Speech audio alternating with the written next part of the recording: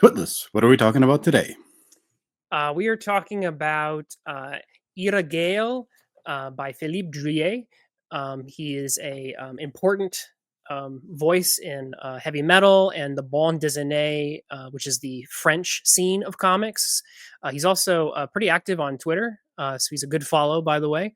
And he posts often in English, even though he is French.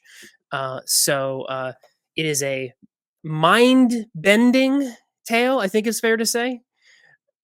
So it's a story about a lot of lore in a strange universe. It's very Lovecraftian.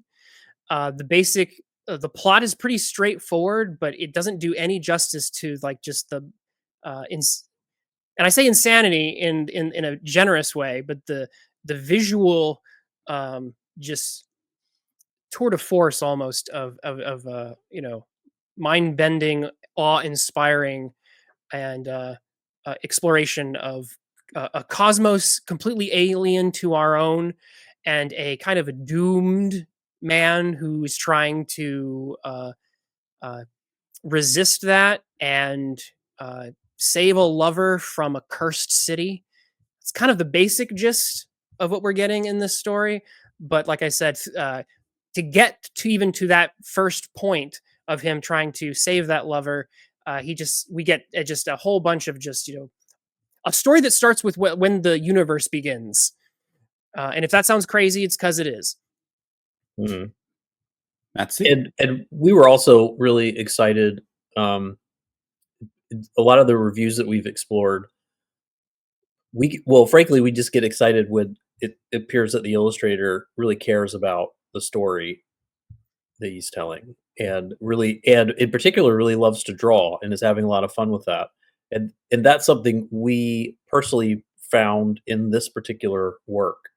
We do it right from the start that this would be a good one to do because Druillet not only is a even by the mid '70s was an accomplished. I mean, he was a name that was also an industry by then with heavy metal, but he was also writing this, and you could tell that he took this. There's a lot of personal ambition in this work, visually in particular, which is very rewarding to enjoy. There's just way it's just it's so rich, and it could be overly rich if it wasn't for the fact that the author himself, I think, because it's written by the same guy, I feel like it has a unified vision where something else, many other, and because Druillet is such an incredible, unique, uh, visionary illustrator that he can actually do things, I think, that don't seem fussy, that professional people in the field for decades would probably fail at, would actually they would do something at this level, and it would just be confusing, and it just be, detail dissipating into further detail. But he knows what he's doing. He can operate at a very high level, and it's intensely enjoyable reading this work. So I don't know what the French comic art scene was in Druillet's time, but my initial reading of this is it was incredibly artistically bold, and it Mm, took a lot of very unique approaches, a lot of risks up front. All of it is told visually with these magnificent canvases of artistic representation where he's telling the dawn of the universe through imagery, through visual metaphor. There's a lot of figures and demonic Lovecraftian kind of representations here, and he's assembled all of it together to tell this very otherworldly new genesis for this story that he's attempting to craft. So there's a lot of visual splendor there, and he takes a lot of time and luxury with the pages and how he delivers the art. There's it's more of a expressionist exercise than it is an attempt at real, true linear storytelling. Druillet is definitely trying to use his unique voice and unique vision to be able to establish a lot of the archetypes that he's exploring in this story. And it's a very deep and metaphysical commentary on our nature as man and our relationship with our creators, which he explores not only in a reverence but also in a carnal setting. So there's a lot that he ingests into this work, and it's definitely worth exploring if you're interested in good art and deep storytelling. Yeah, it's interesting you brought up the French scene. The I think 1974, 1975.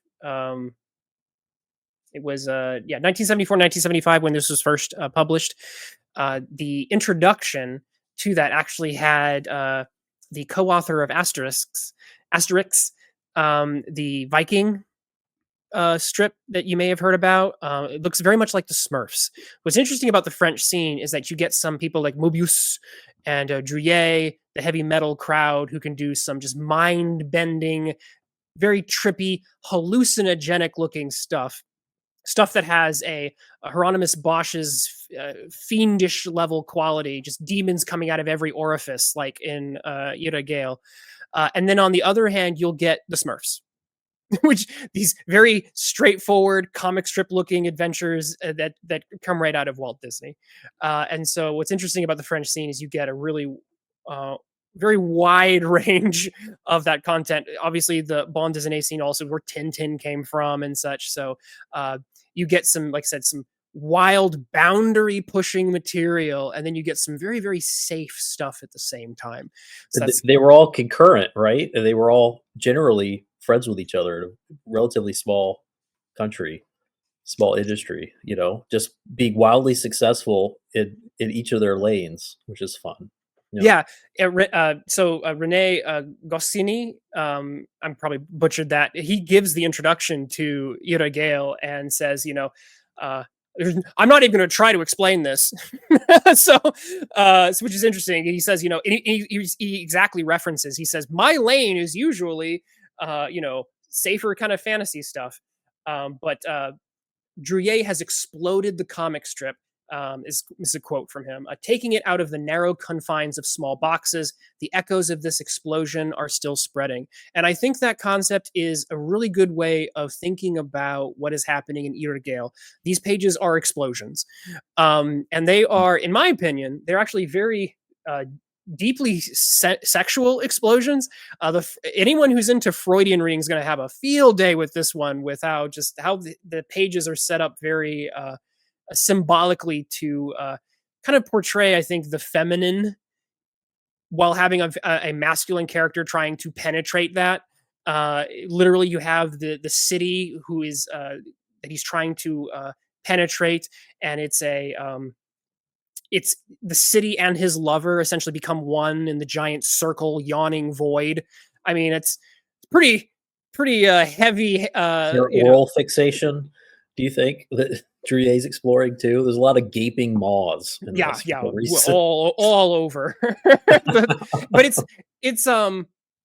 not, but not to make it too reductive. That sexual side is there, but it's very much tied into a cosmological Lovecraftian sense. That yawning void is often filled, like I said, it's filled to the brim with, like I said, fiendish horrors and walls and faces and gargoyles and everything, and all tied together by this idea of what you're seeing echoing the past and echoing eternity. So it's like I said, if that sounds like a crazy drug trip, then you know a little bit of what it's like to read Yragael. It's meant to push those kind of hallucinogenic bounds. Let's take a brief pause to hear from the awesome creators joining us today and find out what cool projects they're currently working on. Hey guys, if you love sword and sandal historical fiction with a healthy dose of ancient Roman and Egyptian fantasy mixed in, then check out Kyrie. We've got 450 pages printed so far, and a fourth book on the way. Order your books today at curiecomic.com.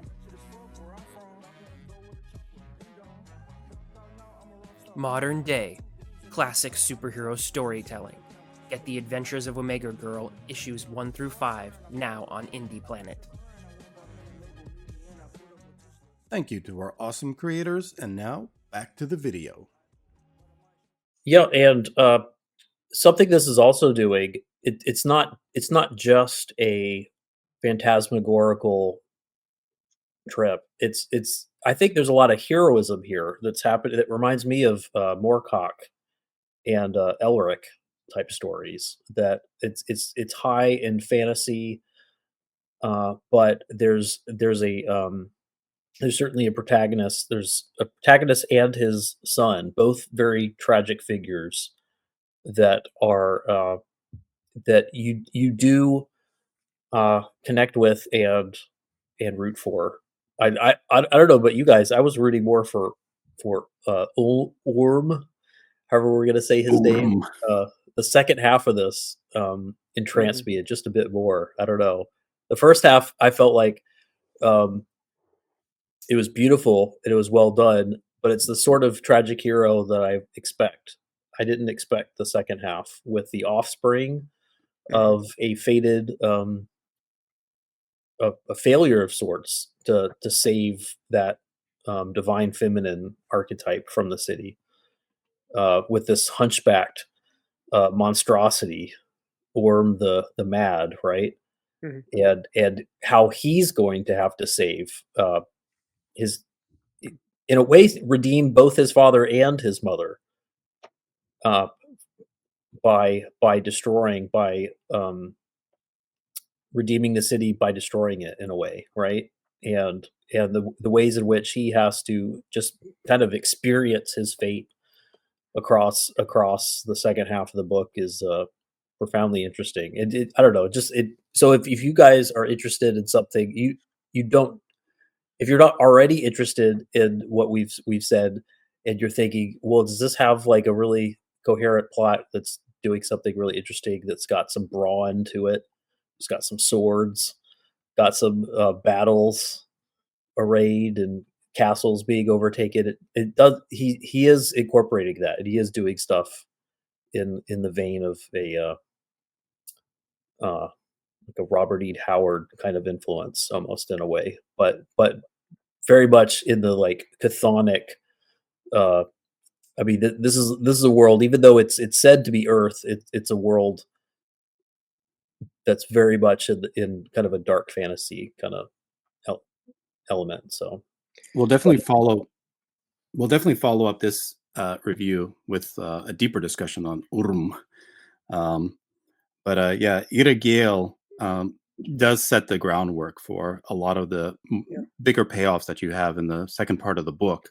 Since that's been And brought up, I did want to mention just a couple of things. So we were specifically talking about the Yragael the Mad combo, which was recently published in 2018 by Titan Comics. You can also see Yragael published, I think, by itself. Like the 1974 1975 publishing, where it was just Yragael. And one thing I did want to very briefly note is that the publication's a little different between the two. Some of the pages have been, especially some of the text heavy ones, have been actually redrawn, reformatted, so they can be easier to read. But there is a trade off. Some of the font choices being made were a little mercenary, and in the original version, they're much more artistic, but they are harder to read. This also imparts a little bit of a different shade to the coloring. The greens are actually way more, they're way deeper in the original publication than in the 2018 version. So either of them, I think, are worth it to get. The 2018 version gives you the more complete pairing of the story and is more user friendly, but you do miss a little bit, and the translations are even slightly different between the two. So you definitely get something different. Some pros and cons depending on which version you choose. and actually, the lettering in the version that you mentioned, Twitless, it adds quite a bit to the story. A lot of the artistic representation, because I think visual splendor is definitely the underlying theme for a lot of this book. Um, the interdimensional canvases that he lays out in the beginning when he tells his version of Genesis for this world, that goes through a lot of very mythical representations, draw very heavily from Lovecraftian figures. There's Cthulhu, goat Cthulhus that are dancing around. There are very omnipotent beings that are birthing the universe. One of them is literally a demon where inside of its stomach you see a lot of the worlds that are eventually referenced in the continuing story.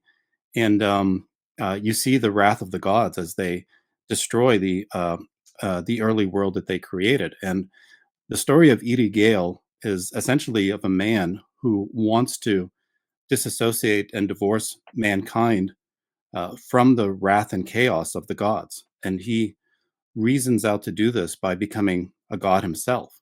And the only way that he can do that is by completely merging himself with this city that he eventually goes to conquer, and he finds this more intimate embrace and connection with unexpectedly. But the path of Yragael is a path of a man hoping to control his destiny and save mankind from a very chaotic and a very punishing species of God that were responsible for their creation. And the first half, the Yragael, does not. It's interesting because that quest seems to be a bit of a doomed one. The ending is quite ambiguous. He succeeds in reuniting with a lover figure, but the end cap narration to it is fairly dark and visceral. It ends with talking about carving out your own orifices. So it doesn't sound like, oh, I've won the princess at the end there and have achieved my goal. Yeah, Um, I read it as him being consumed by the city slash lover, yeah. you know, which Um, is why the this lover figure uh, persists as a mother figure for Orm and can appear as such, but he's nowhere to be seen. I think yeah. he's in some way he chose, and maybe he did it. What's great about these kind of tragedies is it appears that it's always plagued with, did he choose the right path or the wrong path? And how is fate playing with his decisions?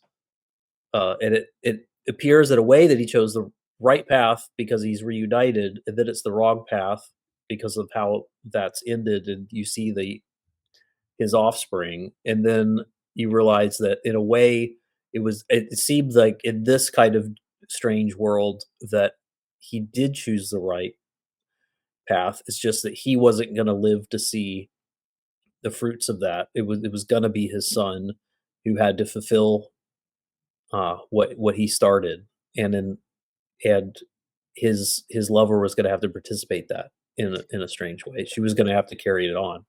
And those are kind of fun dynamics that are played with in the story. Yeah, there's also I think to pick up that thread. There's another road that I think invokes the eldritch and Lovecraftian influence here of the cosmic horror, which is it doesn't matter which road you pick; they're both kind of doomed. Yeah. um, and I think it's only in the second book that you even get a little thread of even that something positive may have come from this. But in the Mhm. first story, the ending just become there's this unification of the lovers, and there's this final piece of abstract art that you get.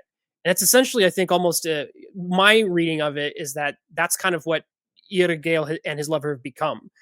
They're no longer human; they become something completely abstract, beyond our reasoning, beyond our ability to connect with, and their experiences will be awful and, like I said, beyond human horrors, beyond human comprehension, but in a cosmic sense, not necessarily entirely tortuous, although that's part of it too.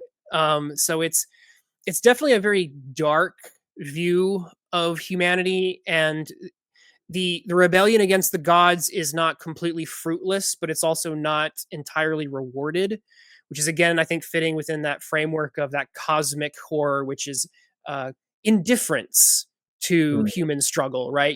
That's Uh, important. Mhm. yeah, it doesn't really matter because you are so much smaller than these uh, twists and turns of fate that are operating on a grander scale. You're but a microorganism in a much larger body. We're all just dreams in Azathoth's waking nightmare or whatever. What'd you think about the ending? What aspect of it? Oh, that like how the how fate wove these characters' stories so that they could simultaneously they could conquer in a way, they could fulfill their quest in a way, and yet almost like be discarded by fate at the same time and just kind of tossed aside. Very ignominious ending for Orm. Yeah, I think it fits the genesis that we experience at the very beginning, where ultimately we become one with the cosmos and the vast infinite uh, recesses of all creation. And uh, just as we were born out of nothing, and it was um, chaos and insanity that brought us to bear and gave us form and gave us existence. So is the ultimate fate that we experience towards the end as we depart this plane and recede back into that original beginning from whence everything started. I thought that his ultimate um, intimate embrace of the city represented his final overcoming of what the gods had established and the control that um, they imposed upon humanity and human civilization, and as you mentioned, the destruction of it, its determined destiny at their uh, frivolous whim. And he overcame that capriciousness by finding pure, profound intimacy, which it seemed to surpass the abilities of the gods when he came to this city, hoping that he was just going to be dominating it and wresting control from his brother, who he was on a quest to try to um, overcome to be able to wield true power. He uh, he instead met with a witch who opened up all of this immense connection to the true nature of the city, and through that connection, they were able to raise the dead. They were able to transcend their corporal forms, and they found, I think, even though it nullified his existence, it also fulfilled his true purpose that he had been seeking, and freed man and himself from the direction that the gods had set for them and their futures. I'm not convinced that he's freed from the gods, but I will say that I think the beauty of this work is that there are no simple answers, and that it's very, and this speaks very highly of Druillet's artistry. Is that he's able to leave a very fertile, and I say fertile because again, this is a very deeply sexual work. I'm looking over pages now and just seeing so many yonic images, but it's very fertile ground for you to read different interpretations of what actually is happening. A really good page right before the end of it is as he's consummating his love and becoming more. There is a demonic figure observing either with mastery or in uh, awe or recoiling from what's happening.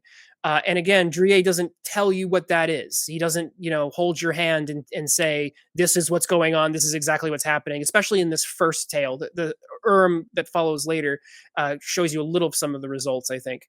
But as of this story and this story alone, it's more of a, and I think this is something that Well Read you mentioned, it's more of a journey than a destination. It's more of your experience of this very wild and hallucinogenic cosmological world than it is a straightforward narrative. And so that's if you're a little confused by it, that's working as intended. This is a story that's meant for you to get lost in, and that's part of the appeal for it. So if you like stories with neat bows where everything kind of is explained and you don't really have to work that too much out on your own, you're not going to enjoy this one. I'd give it a pass. But if you're definitely into something where you're comfortable with just getting lost in a wild, crazy cosmological ride with an ambiguous ending, this is definitely going to be a very rewarding read. I personally, I really enjoyed that he relied so heavily on visual representations up front in the story, and then he defaulted to some paneling, and some dialogue boxes. The usage of dialogue was also interesting. He would either have characters speaking to each other within panels, or he'd also have exposition with discussions just written out at the bottom of the page. So he explored a lot of storytelling mechanisms here in this story, and all of it coupled with art that was very heavily symbolic of the progression of the trial here of mankind after being birthed by very malevolent gods, I would say. Um, Yeah, they don't look nice. That part is pretty, I say, unambiguous. The gods do not seem to be positive forces for light, and you're just going to go to heaven when you die. There's no Valhalla here. yeah, It's very, very dark. Yeah. Just one little note. I mean, we're kind of addressing it, but I think of that city lover witch character. I think she really is one of the deities. Is the impression I get. Like I might be reading into it too much, but I think that's what he's playing with, that kind of gendered cosmos tension. I think so. Hmm. We're kind of exploring both sides in a way. Like he kind of ascends to the heavens when he gets in the city. Is and and that feminine figure, similar to the embrace scene. I remember there's a couple moments where there's a woman's face in the skies for some reason for Orb's arc, and it made me think of. I mean, the impression I was think unless they're just more nameless gods, and it could very well be, or just Druillet feeling like drawing something really cool in the sky. I figured it was his mom kind of cosmically ordaining her own redemption and fall through her son. Uh, so there's that kind of that element too. I mean, clearly there's a lot of complexity here and a lot of room for interpretation. And I think it's meant to suspend itself without coming down one way or another. It's supposed to be held in suspension and turned around and contemplated. Twitless, final takes on Yragael. Like I said, it's a wild ride. I am often a fan of more of a little more straightforward storytelling. I do like some ambiguity personally. This one definitely stretched my limits for how much ambiguity and craziness I can swallow while not getting frustrated. So, like I said, there's a tightrope you walk when you're doing a project like this, because if it gets too abstract, you just don't know what you're looking at. And like I said, I think this one flirted with that line pretty hard. Maybe I think it overstepped it in some places. That being said, like I said, it is a visual tour de force, and each page is worth re-looking at over and over again. And you will get something out of multiple reads out of it, just because of just how these page explosions that you see. And I think it's very important for fans of the medium to be exposed to this, even if it's not not your cup of tea, because comics, we can get very set in our ways with how we plan a page, how many panels we put on a page, the formula for how we're supposed to make this work. And Druillet is doing so many experimental approaches to shape, form. It's like Will Eisner on crack in terms of like what you're seeing and what he can do with sequential art storytelling. And I think that it's a very enriching and rewarding experience to read this. So if you want to get into the creation of comics, I highly recommend taking a look at Druillet's work. I think it'll be, even if you're not the biggest fan of the story at the end of the day, you will be inspired by something that he's doing here. Etsy. Yeah, I'd just like to echo that. It's refreshing to spend time in an era of comics when we just had our imaginations and pens and inks and paper to play with, and just to see how far uh, the medium has in terms of its potential and what it was able to realize 2 generations ago, and also it's coming from an area of the world where, uh, I mean, arguably, it was the most fertile area for innovation and exploration in this medium in the 20th century. It's what the Franco-Belgian dudes were doing, and yeah, it was very satisfying, and I'm kind of glad. Just one small note: I'm kind of glad I did read the later lettering edition, just so I had one aspect of this that could be relatively easy to read. Uh, I kind of want to go back and read the denser, crazier lettering edition of the first publication, just because now that I know what I appreciate about this, I can tolerate the foibles and risks that this book takes. And highly recommend it. Thank you very much for checking out the video. Subscribe, like, and stay tuned for more.